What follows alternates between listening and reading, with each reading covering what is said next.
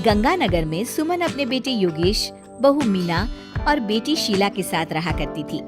मीना ने लॉयर की पढ़ाई की होती है और वो जॉब करना चाहती है। सुनो जी, मुझे एक डिटेक्टिव एजेंट के यहाँ जॉब मिल रही है। जॉब, वो भी डिटेक्टिव का? अरे ओ बहू, कोई जॉब करने की जरूरत नहीं है। अरे तुम जॉब करोगी तो घर का काम कौन संभालेगा? मीना घर के कामकाज पर ही ध्यान देने लगती है। सुमन भी उसे काम पर लगाए ही रखती है। इधर शीला कुछ ज्यादा ही वक्त कॉलेज में बिताने लगती है।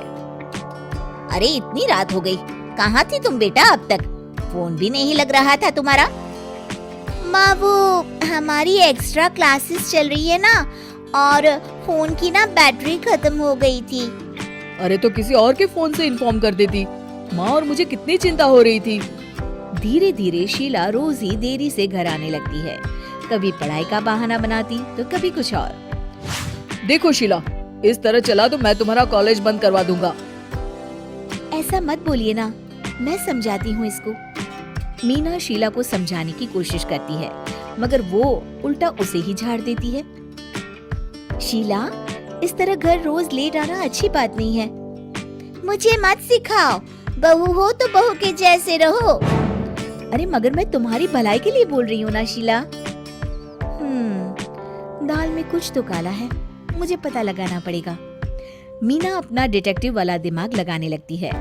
वो शीला की FB और इंस्टा प्रोफाइल्स को अच्छे से चेक करती है और उसको शक हो जाता है कि शीला का चक्कर किसी साहिल नाम के लड़के के साथ चल रहा होता है। वो शीला को समझाने की कोशिश करती है। शीला, वो लड़का अच्छा नहीं है, उसे छोड़ दो तुम।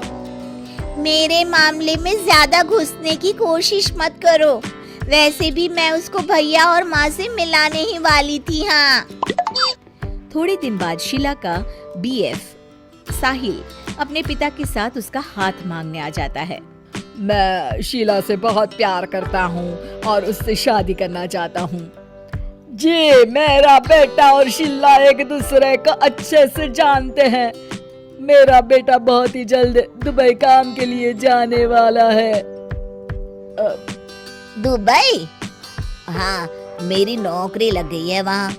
अगर आप लोगों को ऐतराज ना हो तो हम इन दोनों का रिश्ता कर देते हैं। सीमा दुबई का नाम सुनकर प्रभावित हो जाती है और योगेश से सलाह मशवरा करके रिश्ते के लिए हाँ बोल देती है। अजी, अब जब बच्चों ने एक दूसरे को पसंद कर लिया है तो हम कौन होते हैं मना करने वाले?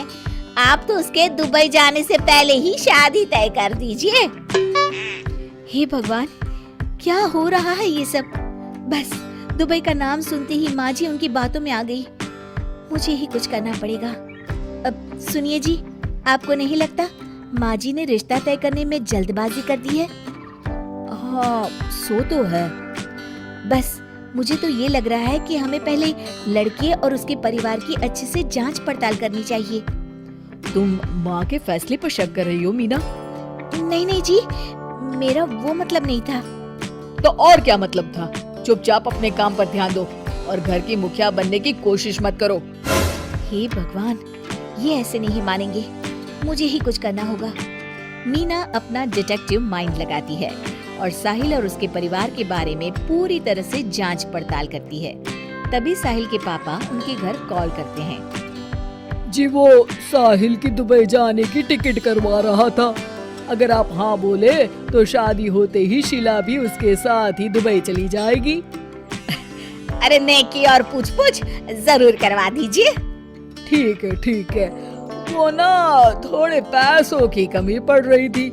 आप बस 1 लाख रुपए ट्रांसफर कर दीजिए हमारे अकाउंट में। जी जरूर, बेटी की खुशी के लिए कुछ भी। मीना सब सुन रही होती है। माँ जी, ये आप क्या कर रही हैं? हम उनको अच्छे से जानते भी नहीं हैं। अरे तू चुप कर, हर वक्त टोक लगाती रहती है। मीना को जांच पड़ताल करने पर एक बहुत बड़ा सबूत मिल जाता है। माँ जी, मैंने आज तक आपसे कुछ नहीं मांगा, मगर आज कुछ चाहती हूँ आपसे। अरे बोल भी दे। वो मेरी एक दोस्त है ना जिसका नाटक है, मैं चाहती हूँ आप सब भी चले वो देखने। अच्छा, बस इतनी सी बात? ठीक है।